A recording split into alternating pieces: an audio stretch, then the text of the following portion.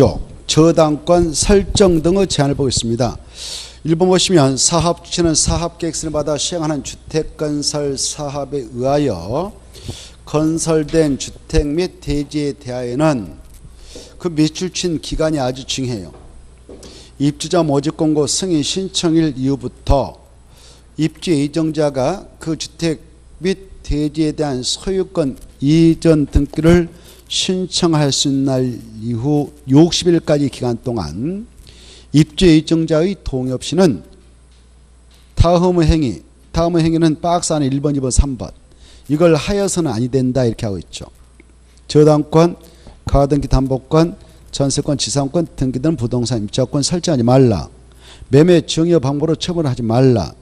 이걸 하게 되면 입주 예정자의 권리를 위협할 소지가 있다 이렇게 보는 것입니다. 그래 그걸 하여서는 아니 된다 이렇게 돼 있잖아요. 하여서는 아니 된다 옆에다 한 말씀입니다. 이 일을 위반하면 2년 이하의 징역 2천만 원이 벌금치한다 이렇게 써놨어요. 2년 이하의 징역 또는 2천만 원이 벌금치한다 이렇게 2년 2천. 그래서 입주 예정일을 보호하고 있습니다. 거기에서 매출친 내용 보면은 주택조합의 경우는 사업계획 승인 신청일부터 시작해서 수익권 이전권을 신청할 수 있는 날 이후 60일까지 기간 동안 해서는 안 된다. 매출친 기간을 엄청 중요해 주셔서 잘 이해해 두셔야 돼요. 그리고 이제 금방 매출친 내용 중에 소유권 이전권을 신청할 수 있는 날 그 말 보였는데 그 말의 뜻을 법에서 이렇게 규정하고 있어요. 소유권 이전권을 신청할 수 있는 날 그 말이란 사업주체가 해당 주택을 공급받은 자에게 통반 입주 가능일. 입주 가능했다 또 한번 입주 가능일이지 시험에서는 잔금 지급이 이렇게 나와서 그럼 들겠어요. 넘어가시고 2번 이 입주 예정일을 보호하기 위해서 사업주체에게 법에서 부기 등기를 해놔라라고 의무를 가하고 있어요. 부기 등기를 하게 될 때 어떻게 하느냐. 입주 예정자 동의 없이는 양도 제한물권 설정, 압류 등의 재산이 될 수 없음 이렇게 처분 등의 될 수 없는 재산임 이렇게 소유권 부기 등기 밑에다가 부기를 하게 됩니다. 부기 등기를 해야 하는 시기도 규정하고 있어요. 언제 하느냐. 주택건설 대지에 대해서는 입주자 모집공고 승인 신청과 동시에 하고요. 그리고 건설된 주택은 보존 등기와 동시에 해라 이렇게 되어 있죠. 다만 사업체가 국지공일 때는 공신력이 기하니까 부기를 하지 않도록 봐주죠. 그 다음에 2번 부기 등기 이후에 부기 등기를 후에 해당 대지 주택을 양수한 경우가 있다든가 제한물권을 설정받은 경우가 있다든가 압류 등 목적물을 한 경우에는 그 효력을 무효로 한다 그 말이. 무효로 하지 취소할 수 있다 그럼 들겠어요. 다만 사업 주체의 경영부실로 입주 예정자들이 그 대지를 양수한 경우는 그러하지 않다. 그러하지 않다 그것과 같은 말로 유효하다 이렇게 하는 것이죠. 유효하다. 유효하다.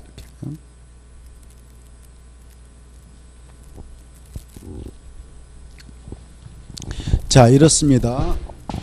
이 주택법상 주택을 건설하려는 사업주체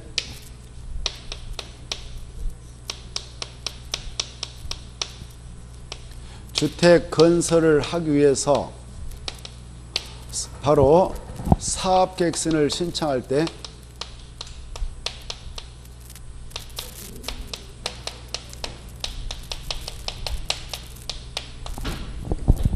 신청서를 낼 때는 미리 이 주택을 건설할 수 있는 땅을 이렇게 준비했습니다라는 대지 소유권, 주택 건설할 수 있는 대지의 소유권 확보했음을 입증할 수 있는 서류 내야 원칙적으로 사업계획 승인을 신청해서 승인을 받아갈 수 있죠. 이렇게 승인을 받아갈 수 있습니다. 승인이 떨어졌다 그러면 바로 그 이후에 이제 5년의 공사에 들어가지고 사업에 착수한단 말이에요. 공사 착수하고 나서 바로 분양에 들어가죠. 분양을 하려면 입주자 모집 하겠습니다라고 모집안을 작성해서 입주자 모집 공고를 하기 위하여 승인을 신청합니다. 시장수 구청장한테 승인 신청해서 승인을 받아 입주자 모집에 따른 승인을 받아야 입주자 모집을 해서 입주자들을 받아들일 수 있죠. 이때 승인을 받고 나서 입주자 모집을 하는데 입주자 모집 공고를 했더니만 분양 신청을 해서요. 사람들이 바로 결정 났어요. 동호수도 마음에 들어가지고 바로 분양 신청한 자들 입주 예정자로 결정 났어요.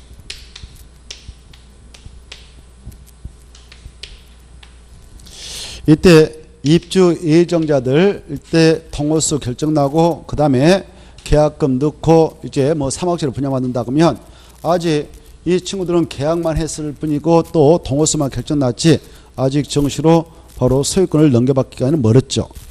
이러한 상태에서 입주 예정자들 여기 뭐 지금 3억짜리 분양하면서 계약금을 받고 사업을 진행하고 있는 이 사업 주체 이 대지 소유권이 자기 명으로 되어 있기 때문에 자기 명으로 되어 있는 것을 기하해서 이 땅에다가 뭐 저한테 저당권 설정해주고 돈을 100억을 갖다 빌려다 써버렸다.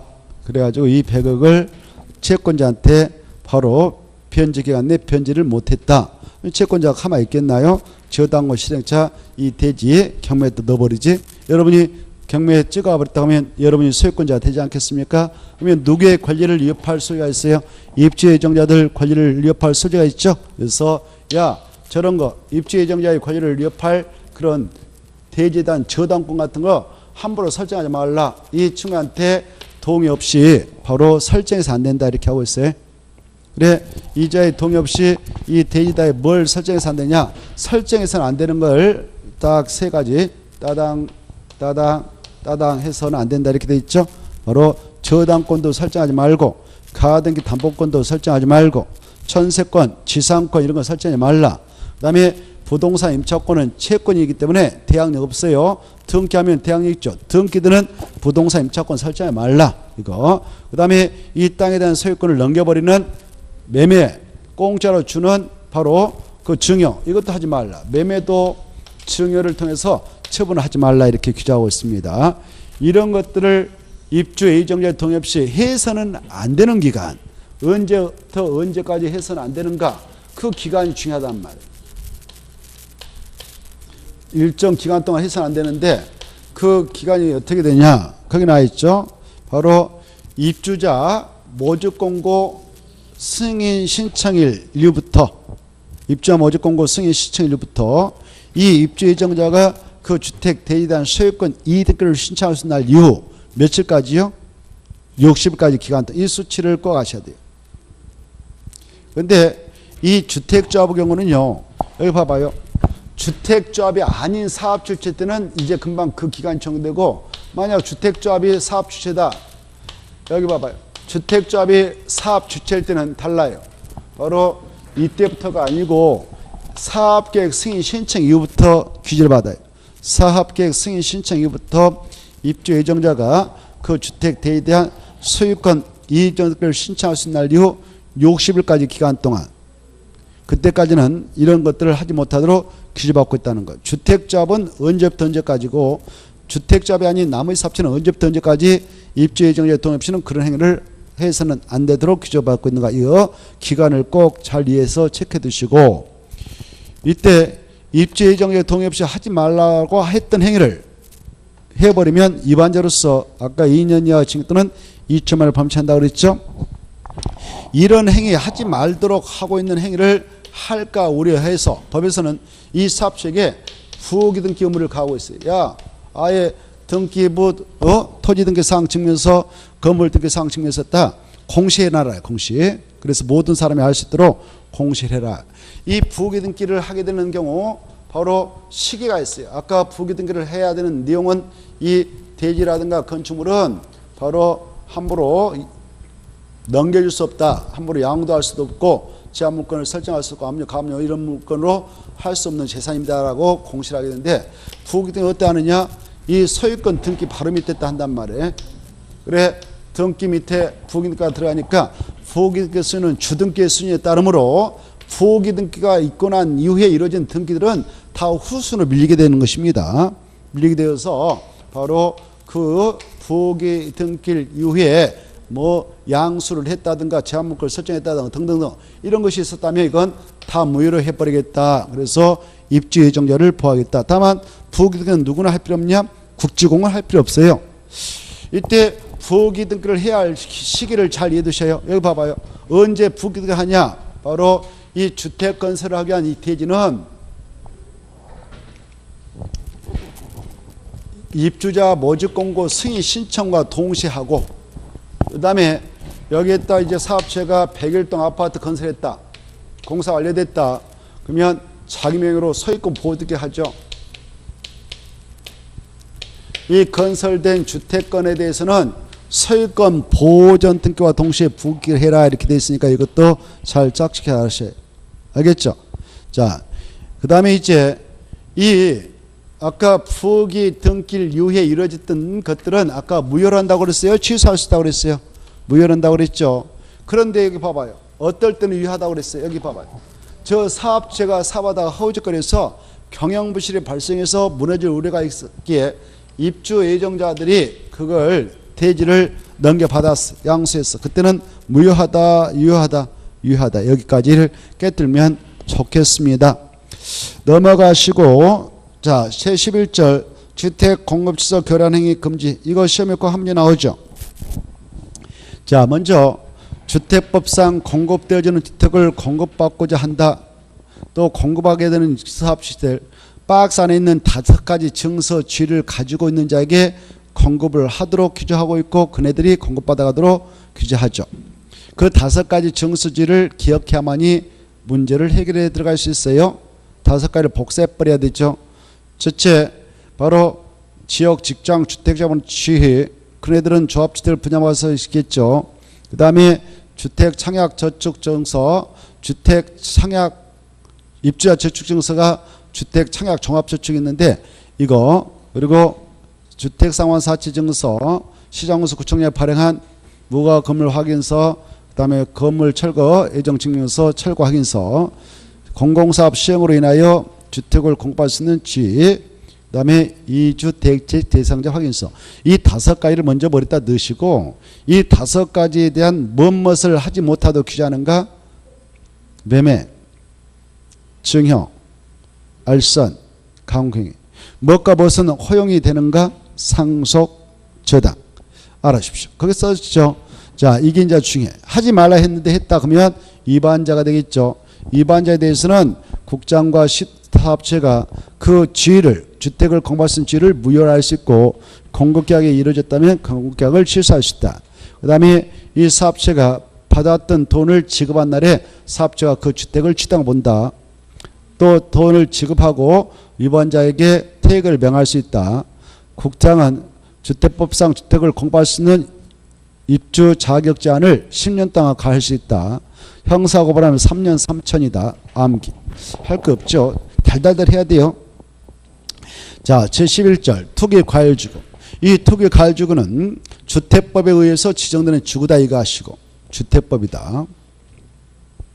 이 투기 과열주거는 바로 누가 지정과 해제할 수 있는 권한권자고 어떤 목적을 가지고 지정하느냐, 지정이 있게 되면 어떤 효과가 있느냐 보겠습니다.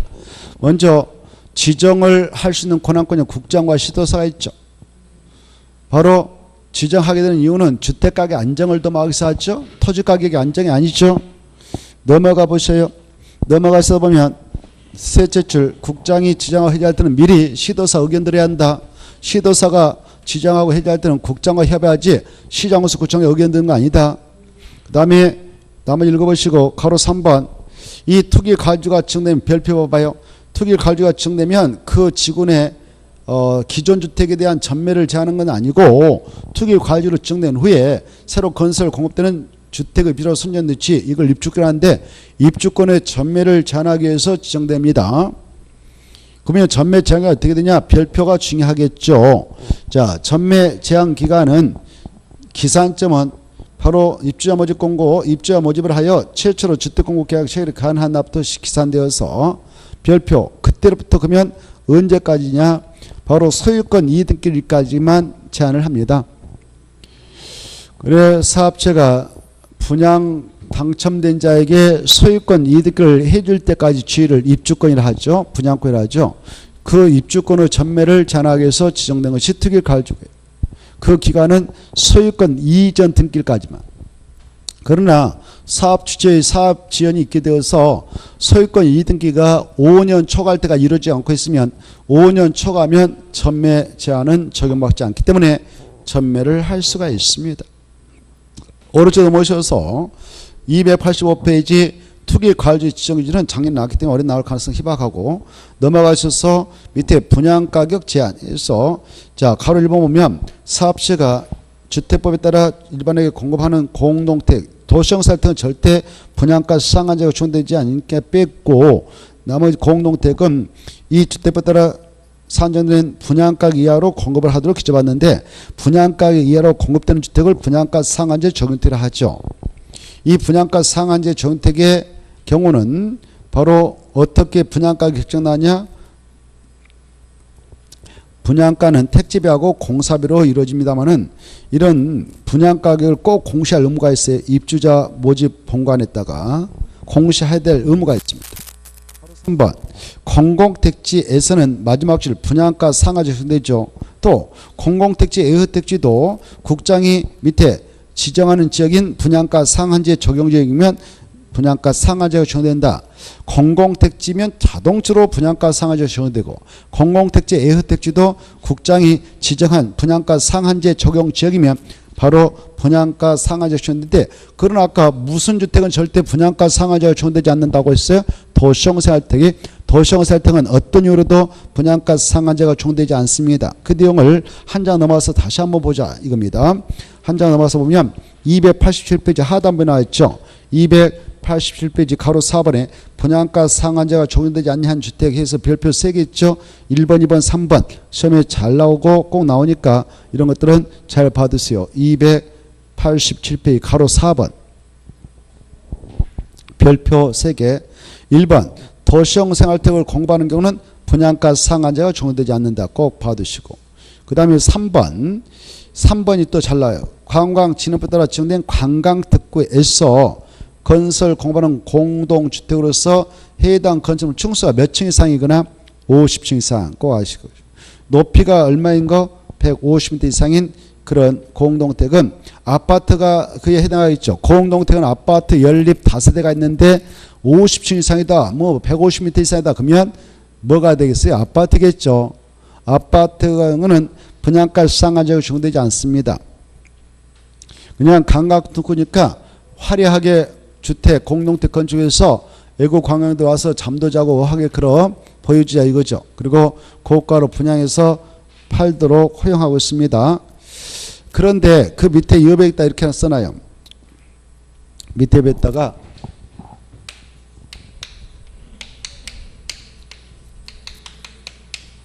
건축법상 초고층 건축물의 규모를 알죠?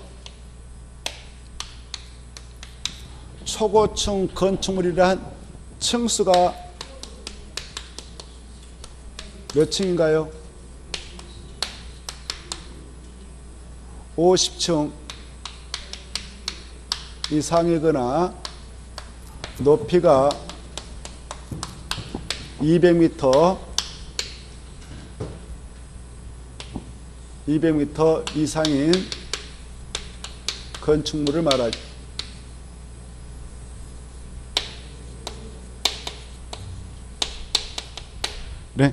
그래 초고층 건축물이라는 뜻이 그래요. 층수가 50층 이상인 건축물이나 높이가 200m 이상인 건축물을 말하죠. 근데 이 주택법상 분양가 상한제 적용받지 않는 공동택과 관련해서 관광특구에서 층수 50층 이상의 공동택 건설을 공부할 때는 분양가가 자율화돼서 분양가 상한제 적용받지 않는다. 높이는 몇 미터 이상이냐? 150m. 이거하고 좀 비슷비슷하니까 헷갈리기 쉬워요.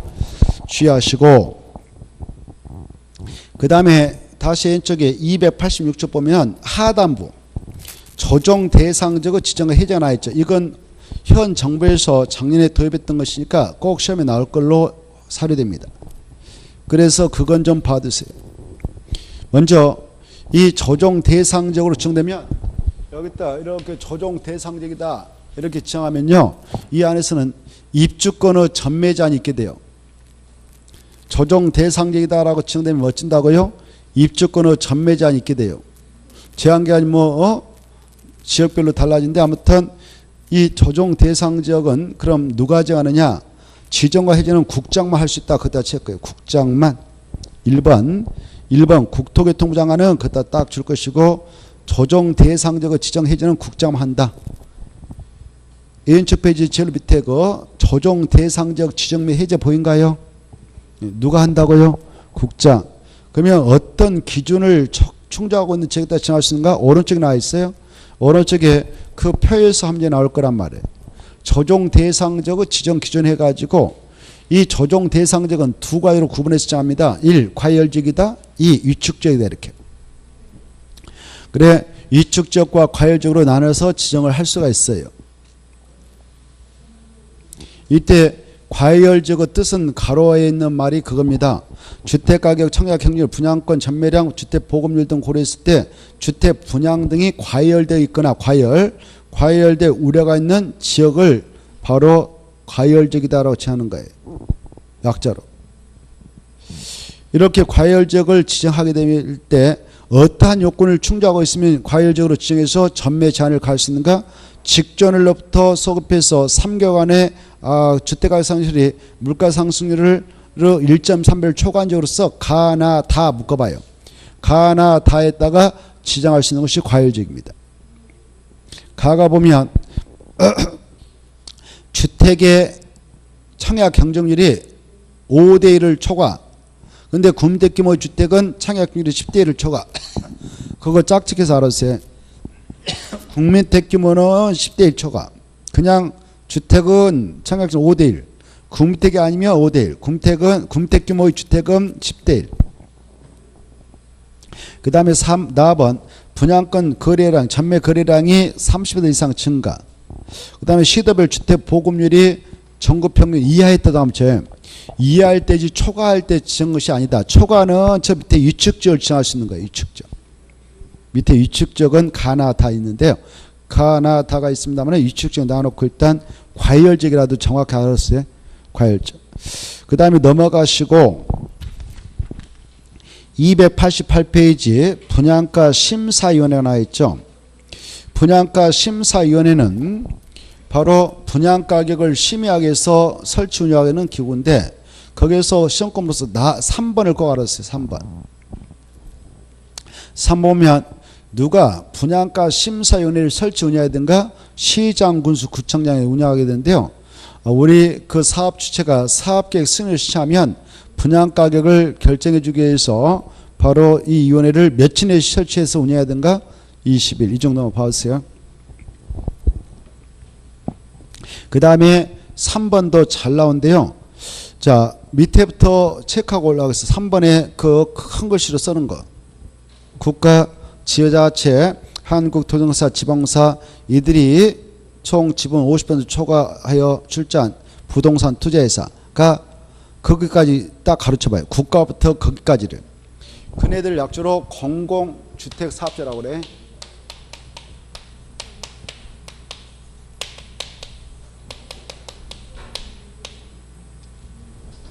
공공주택사업자랍니다.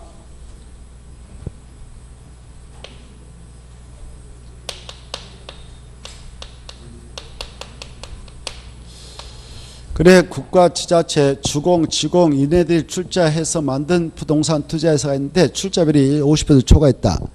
이네들을 약조로 뭐라고 하냐? 공공주택사업자를 하고, 이 공공주택사업자가 주택법상 입주자, 주택 입자를 모집한다, 복리세 입자를 모집한다. 그때는 승인도 신고도 할 필요 없어요. 그거 써놨죠? 중에 보고 계세요? 승인 받는다 안 받는다? 안 받는다. 신고도 하잖아. 이네들을 취한 사업 주체일 때만, 그래요. 이네들을 뺀 나머지 사업 주체일 때만 주택의 입자를 모집할 때는 관할 시장소 구청장한테 입자 모집 승인을 받아야 되고, 복리시설 입주자, 아파트 한 채 상가 주인을 모집한다, 유치원 건물을 모집한다, 그때 그걸 복리시설 입주를 모집한다거든요. 그럴 때는 신고하게 돼 있어요. 신고, 입자 모집 신고. 복리시설은 신고, 주택은 승인받아야 돼. 근데 누가 사업 주체일 때는 승인도 신고도 하지 않고 모집할 수 있는가? 바로 공공주택사업자. 밑으로 내려갑니다. 주택의 전매 제한에서 오른쪽도 보시면은 전매 제한을 받고 있는 주택에도 바로 허용되는 사유가 7가지 있죠. 7가지를 잘 받으셔야 되겠어요. 어떠한 사유가 발생하면 사업 주체 동의하에 전매를 하고 나갈 수 있는가? 박스. 전매 제한 기간 중에도 전매가 불가피하게 법적으로 허용되는 7가지 사유가 있다. 특히 1번 중요표, 2번, 3번, 4번, 7번 이 정도를 좀 봐두시면 문제는 풀 수 있어요. 1번이 관건입니다. 이 엄마, 아빠, 딸, 아들이 같은 세대원이요. 이 세대원 중 누구인가에게 근무상, 생업상 사정이 발생해서 이사를 가야 되겠다. 그것도 전원이 가야 돼요. 전원에 또 담채. 전원이 이사를 가야 된다. 또 질병치료, 취약자, 결혼 문제 때문에 이사 간다. 이사 갈 때 의도로 이사 갈 때는 전매를 허용시키지 않는가? 수도권으로. 수도권 뜻은 써요. 알죠? 어디인가요? 서울특별시, 인천광역시, 경기도다 이렇게. 근로 이전 갈 때는 전매가 허용되지 않고 그 수도권이 아닌 광역시, 특별자치, 특별자도 시군으로 이사를 가겠다라고 사업체한테 동의받으면 전매를 허용하겠다 이겁니다. 수도권으로 이사간다, 서울특별시에 이사간다 하면 안 돼요. 그 다음에 두 번째도 전원, 세 번째도 전원. 이게 중요하니까. 그래 전원이 상속받은 주택으로 이사간다, 전원이 해외로 이주간다, 전원이 2년 이상 해외 체류한다, 그럴 때는 전매가 가능해요. 그리고 바로 상속, 분양 지금 받을 때는 남편묘를 분양받았는데 전매 제한 기간 중에 부부간에 이혼을 하게 되었고 그래서 배우자한테 그 주택의 소유권을 넘겨줄 때는 허용됩니다. 이혼으로 배우자한테 넘겨줄 때는 허용되고. 7번 바로 분양받을 때 남편묘로 분양받았는데 부인이 자기 명의를 무상으로 넣어달라고 합니다. 그걸 지분 2분의 1씩 하자 이거죠. 이걸 일부 증여라고 그래요. 일부 증여. 배우자한테 일부 증여한 것은 허용된다. 7번. 이 정도를 봐두시기 바라고. 그 다음에 넘어가서 보시면 290페이지 체크 2번을 잘 봐두시기 바랍니다. 2번 보시면 이 사업체가 마감자재, 생산업체, 부도 등으로 제품 품귀 등 부득이한 사유로 인해 바로 사업계획 승인 때의 마감자재와 다르게 또 마감자재 목록표 마감자재와 다르게 마감자재를 시공 설치하려는 경우에는 당초 마감자재와 그 다음에 중요표 같은 질 이상, 그 말도 핵심, 같은 질 이상으로 설치를 해야 할 의무가 있다. 이상이지 이하로 하면 위법이다. 이하하면 틀리고 이상이다. 이 말이 키포인트니까 좀 받으시고. 체크 4. 주택 청약 종합저축을 입주자 저축하는데 입주자 저축은 하나밖에 없죠. 이 주택 청약 종합저축에 가입하게 되면 어떤 주택을 공급받을 수 있냐? 구주택과 민주택을 다 받아갈 수 있다. 이때 이 주택 청약 저축을 주택 청약 종합저축을 가입할 때는 가입자가 어떻게 되냐? 누구든지 가입할 수 있다. 이게 중요해요. 주택이 있든 없든 성년이든 미성년이든 그래서 세대주든 세대주 아닌 자든 누구든지 가입할 수 있다. 이 정도만 봐두시고. 그 다음에 291페이지 290페이지 하단부터 이렇게 하나 써놓으세요. 주택 상환 사채 이렇게 써놔요. 주택 상환 사채.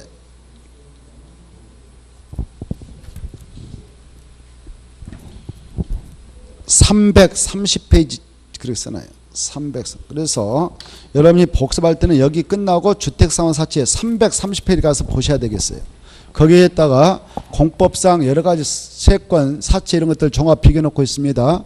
330페이지 찾았나요? 그거에 330페이지 보면은 주택상환사채를 거기에다 정리하고 있죠. 330페이지, 330페이지. 주택상환사채 찾나요?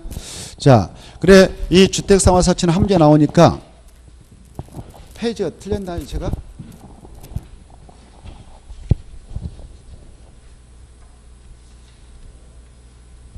맞은데? 맞은데? 330페이지? 맞은데? 맞죠? 제가 잘못인 줄 알고 자, 330페이지 보고 오겠어요. 330페이지 보면 주택상환 사채되어 있고 넘어가면 뭐 도시개발법상 토지상환채권, 도시개발채권, 또 국토협상 도시군시설채권 이렇게 채권을 쌓아 모아놨어요. 그래서 여러분들이 실력이 쌓이면 이제 그걸 비교해서 한눈으로 딱 체크하고 끝내버려야 돼요. 그게 헷갈리니까. 꼭 시험에 나오고. 오늘은 주택법에 있는 거 이미 다 했어요. 나머지는 다 했지 않겠습니까? 그러나 그거 다 모아놨으니까 그거 참고하십시오. 주택상환 사채를 봅시다. 그 위에 주택법상 국민주택사업특별회를 한번 봅시다. 자, 국민주택사업특별회는 누가 설치 운영해야 할 의무자가 지자체다 이렇게. 지방자치단체께서는 국민주택사업에 필요한 국민주택사업특별회에 그 돈 예산을 꼭 설치해서 운영해야 돼. 국민주택 건설할 때 쓰기 위해서 예산을 편성해서 운영해야 돼. 그걸 국민주택사업특별회라고 그래요. 국민주택사업특별회는 누가 설치 운영해야 되냐 그러면 지자체. 그거 알아주시고. 그 다음에 이제 밑에 주택상환 사채가 나와있죠. 주택상환 사채는 한 문제 꼭 나오니까 거기에 있는 거 하나 더 엇빠뜨리지 말고 잘 체크해 꼼꼼하게. 먼저 주택상환 사채는 누가 발행권자냐? 발행권자는 두 명 있다. 공적 주체인 한국토지주택공사하고 민간업자인 등록사업자 발행할 수 있다 이렇게 돼 있죠. 근데 등록사업자인 민간업자는 발행을 아무나 할 수 있는 게 아니에요. 아까 우리가 등록사업자 되는 거 공부했죠. 연간 20호 이상, 연간 20세 이상, 연간 1만 제곱대 이상의 사업을 한다. 그리고 한옥 50호 이상 한다. 이때 국장한테 등록을 해야 사업을 할 수 있도록 우리 민간인한테 규제했었죠. 이때 사업자 등록할 때 개인명으로 가는 사람도 있고 법인만도 갈 수 있는데 개인명으로 사업자 등록을 받았던 업자는 발행 못해요. 법인만 들어가지고 사업자 등록 받은 자만 발행할 수 있도록 규제하고 있다. 법인이라도 자본금 얼마 이상은 있어야 된다고 나와요. 5억 원 받으세요. 5억 원 이상인 법인이 등록사업자만 발행을 하도록 되어 있고 발행을 한다 할 때 등록사업자 무조건 또 발행할 수 있는 게 아니고 주택건설 실적이 있어야 돼요. 최근 3년간 연평균 주택건설 300세 이상은 있어야 되고 그리고 이런 요건을 구비해서 발행하려도 발행 규모의 한도도 있어요. 바로 최근 연평균 주택건설 최근 3년간 연평균 주택건설 실적 호수 이내로만 발행하도록 규제받습니다. 이런 규제하에 발행하게 될 때에도 보증까지 받아내야 발행할 수 있어. 보증 중에. 그래 보증을 받아야만이 발행할 수 있다. 누가 발행할 때는 보증을 꼭 받아야 하는가? 등록사업자지. 한국토지주택공사는 보증 받고 발행한 거 아닙니다. 이제 발행을 하고자 할 때는 발행계획서 작성해서 또 승인을 받아야 돼요. 둘 다 그래. 발행계획서 작성해서 누구한테 승인받아야 발행할 수 있냐? 국토교통부 장관 꼭 아시고. 이제 국장한테 승인받아서 발행할 때에 여러분한테 이걸 이자들이 발행해서 판다 그러면 바로 3억짜리 팔아가지고 아파트 3년 이내에 갚아주겠다 이거 아니겠습니까? 그래서 그때 기명주권으로만 발행하지 무기명주권이 절대 안 된다. 기명주권, 무기명은 절대 안 된다. 기명주권만 한다. 우리 공법에서 기명주권으로 발행되는 채권이 두 개 있죠. 주택상환 사채하고 한 장 넘으면 토지상환 채권 있죠. 상환이 나면 기명주권이에요. 상환이 나면 뭐 증권이다고? 기명주권. 한 장 남아야 바로 있으니까 뭐 여러분은 그 신경 좀 써서 잘 좀 열심히 해야 되겠어요. 그 두 가지를 잘 비교해서. 그래 이렇게 주택상환 사채는 기명주권이 무기명주권 절대 안 된다. 그래 증권에다가 채권자 이름을 기록해서 준 것이 기명주권이거든요. 그 다음에 기명증권으로 발행하게 될 때 액면가 그대로 뭐 3억이다 그러면 3억 다 받고 팔아야 되고 이걸 액면금으로 팔아한다. 3억으로 기재되어 있지만 액면가가 2억 7천에 팔아도 돼요. 이거 할인 방법. 그래서 둘 다 된다 써놨죠. 이 주택상환 사채를 여러분이 사갔어요. 그네들이 발행해서 팔았습니다. 그랬다면 이 발행자는 사갔던 자에게 주택을 건설해서 상환해서 갚아주게 되는데 상환기간은 몇 년을 초과할 수 없을까요? 3년. 엄청 중요하죠. 자, 그 다음에 상환 조치할 때는 주택건설 통해서 상환 조치가 원칙이지만 외주로 사채권자가 현금 상환을 원하면 현금으로 상환할 수 있다 없다? 있다 이렇게 하시고 그 다음에 이제 이 주택상환사채는 중도에 해약이나 양도할 수 없는 것이 원칙이지만, 그러나 세대원 전원이 생업상 근무상 사정이 발생해서 다른 행정으로 이사를 간다든가, 전원이 가야 돼. 상속받은 주택으로 전원 이사 들어간다든가, 세대원 전원이 해외에 이주 간다든가, 세대원 전원이 해외 2년 이상 체류하게 될 때는 중도에 양도 해약이 허용됩니다. 이런 사유로 양도가 이루어져서 양수받은 자는 바로 명의 변경을 확실히 해야 되겠는데, 명의 변경 어떻게 하느냐? 사채권자 명의 변경은 바로 사채 원부에다가 취득자의 성명과 주소를 기재하고, 채권 증세도 취득자의 성명을 기록해야 제3자 발행자에게 대항할 수 있지, 그렇지 않으면 대항할 수 없다는 것. 그 다음에 이 등록사업자의 등록이 말소되었습니다. 말소 효력은 이미 발행했던 주택상환사채에 영향을 미친다, 미치지 아니한다? 미치지 않습니다. 그래서 이미 발행했던 사채가 무효가 된 것은 아니고 그대로 유효합니다. 그래서 끝까지 책임져야 되는 것입니다. 그리고 이 주택상환사채에 대해서 이 주택법에 규정하고 있는 지금 내용, 그리고 상법정 사채 발행 규정, 이 양자 중 무엇을 우선 적용할까요? 뭘 먼저 적용할까요? 주택법. 주택법의 내용을 우선 적용 없으면 상법정 사채 발행 규정을 적용한다. 이것도 시험에 여러 번 나왔고 또 나오니까 잘 받으세요. 여기까지 해야 주택상환사채를 여러분이 맞힐 수 있어요. 자, 그 다음에 이제 원점 넘어오십니다. 원점 넘어오셔서 291페이지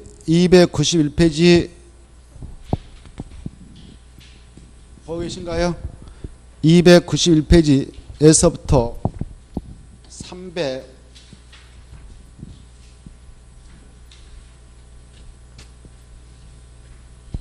301페이지까지는 안이 보아도 되니까 참고하시고 넘어가셔서 302쪽 농지법을 잠시 쉬었다가 보고 마무리 짓도록 하겠습니다.